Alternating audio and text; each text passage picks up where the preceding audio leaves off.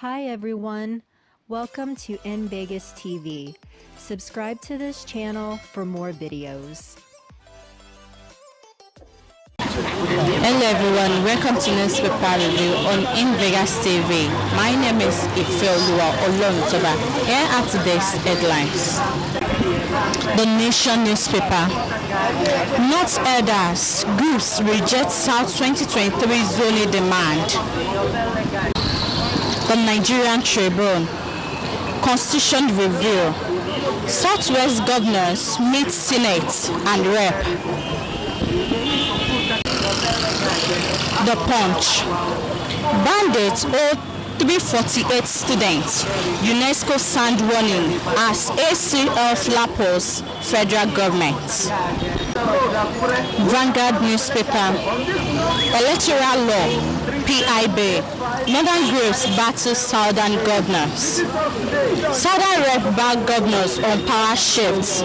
PIB. E-transmission of poll results and others. Ex-ACF scribe fourth Southern governors. You can't stapple North to get presidency, says CNJ. Pandef backs governors on September 1st timeline on open grazing ban. Only authentic electoral act amendment reports will be passed, says Baja.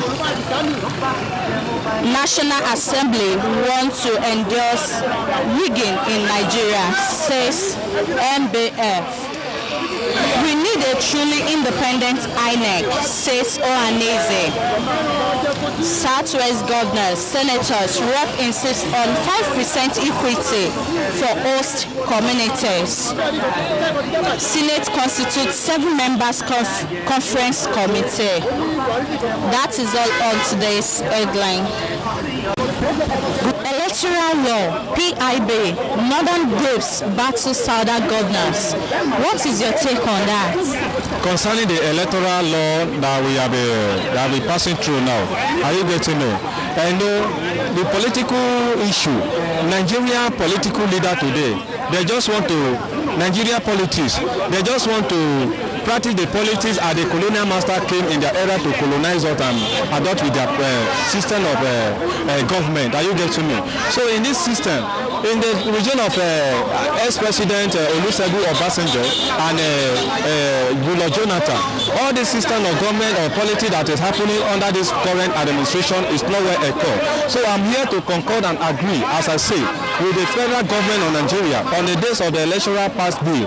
Before the year 2023, we should come together to iron everything in one accord as one Nigeria to make sure that we pass the law into being. The presidents of this country have the right to encourage, to pick an harvest from the Senate before the law can be passed into an bill.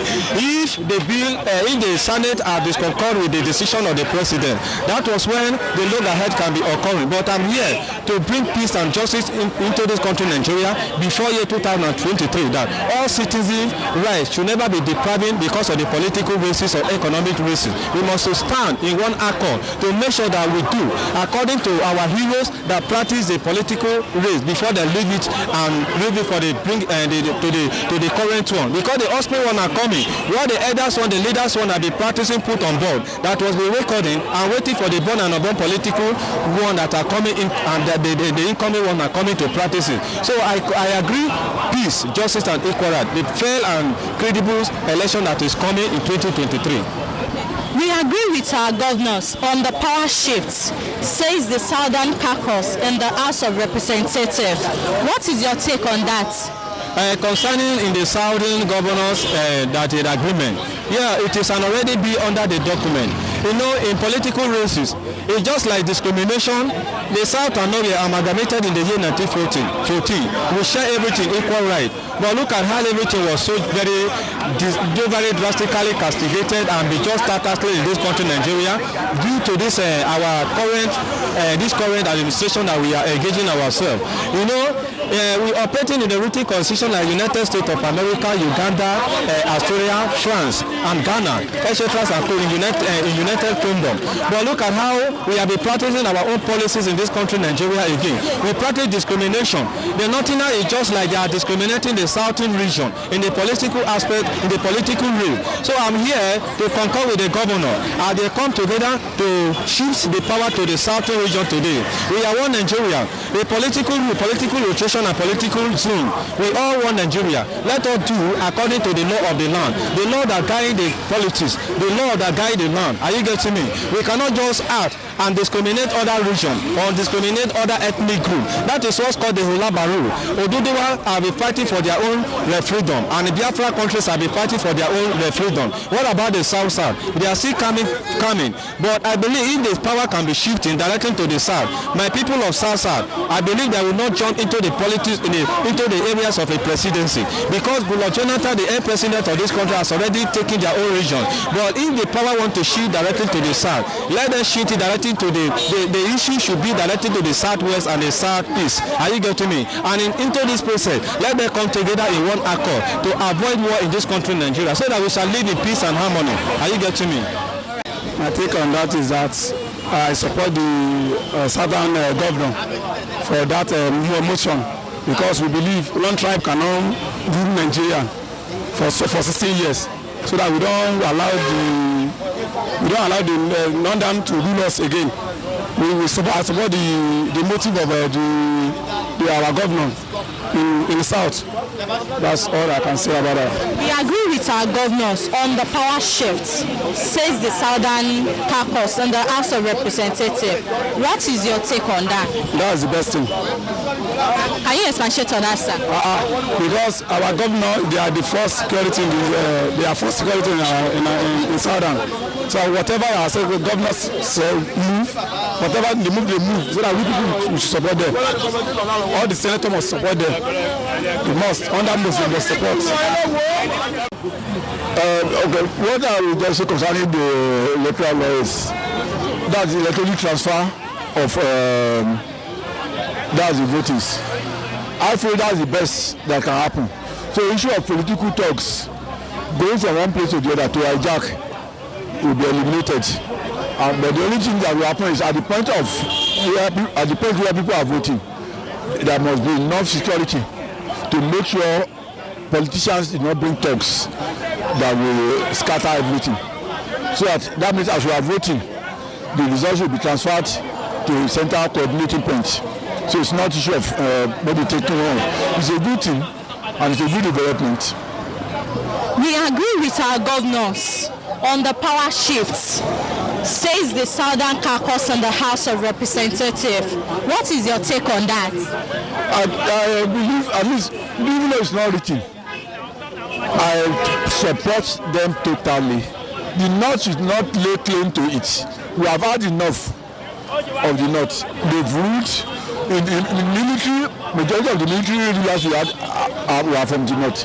Now we are doing a form of rotation.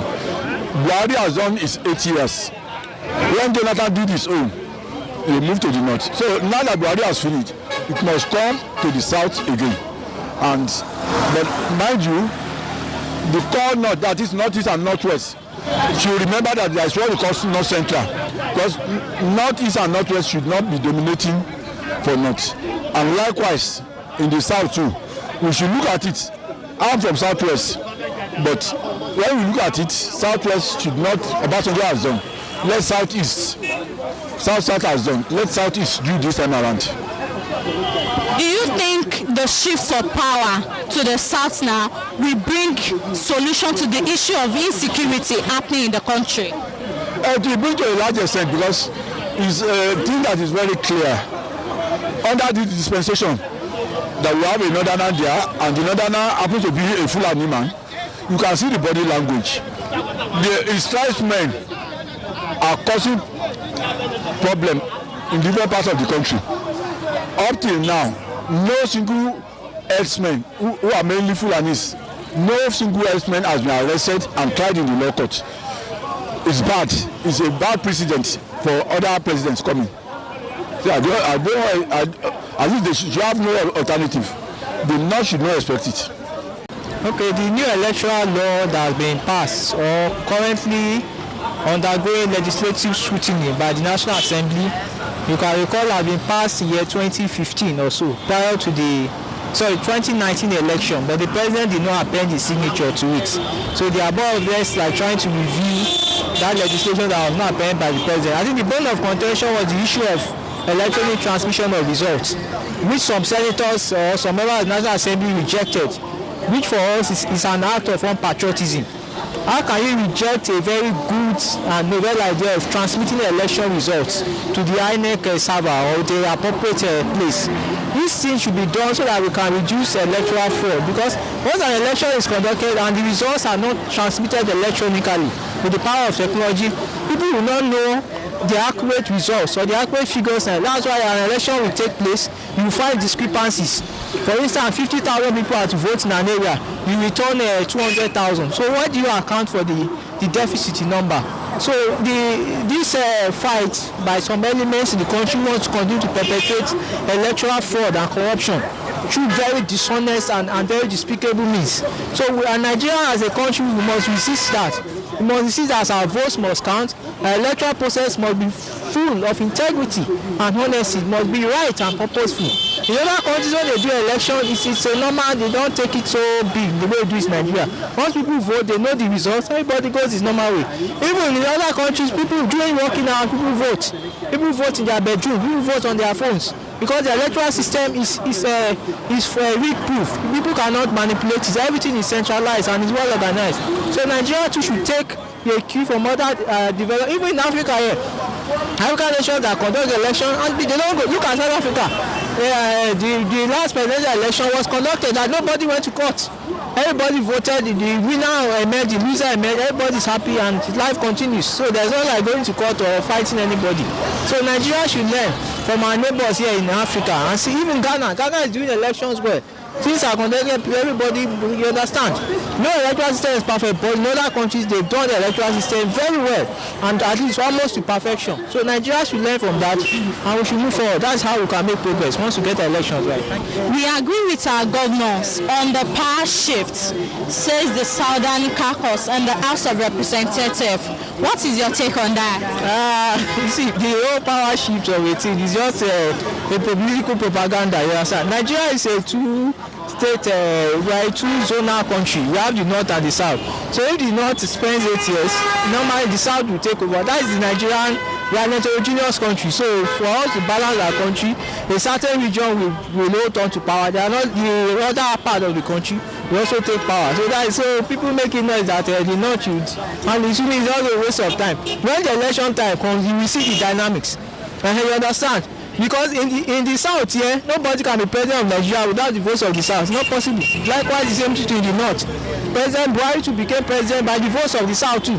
So it's not the people in the north that voted for him alone. So once it's time for the election, the balance will have to tweet to the south. So you don't need noise. It's just natural. So anybody that wants to now pick another, any political that pick another in the next election, he will just be wasting his time, because the ethnic and primordial sentiments will come in. You will find Southerners not voting for a Southern candidate. So nobody can be president of Nigeria, whether in the north or the south. We need 2 votes. The vote counts. Look at Lagos. Lagos can even determine the president of a country, the population of Lagos, and Lagos is in the south. So you can't be president of Nigeria without the votes of Lagos. No Southerner has tried it. No Northerner has tried it. All the presidents of the north, they vote counted on the votes of the south to be president. So it's just natural. So what we have is just noise and political propaganda, and people just trying to whip up, keep up the policy. When the time comes, the dynamics will prove itself. It's just natural. So there's no need for noise. That is just do you think the shift of power to the south will stop the insecurity happening in the country? It doesn't stop any security. Insecurity has nothing to do with power rotation.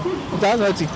If a Sahara comes here in 2023, you see how insecurity. When Obasanjo was here, was there insecurity? When Yar'Adua was there insecurity?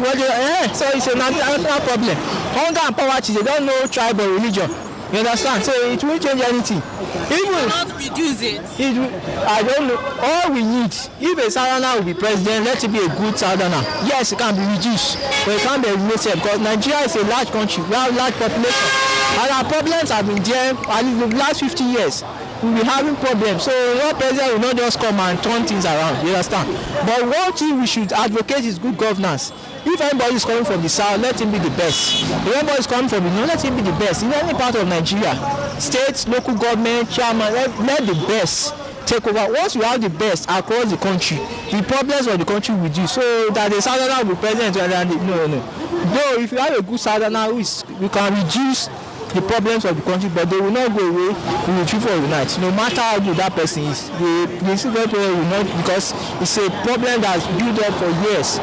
You understand? So it takes time before things begin to change. So just like Singapore took them over 30 years of consistent plan and development before they got to where they are. So the nation building or anything progress doesn't happen overnight or in 4 years. So it's a long time process. All right, thank you very much, sir.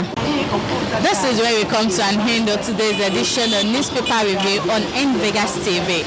Don't forget to subscribe to our YouTube channel, Facebook, Twitter, Instagram at Niger Vegas TV. Till next time, have a great day.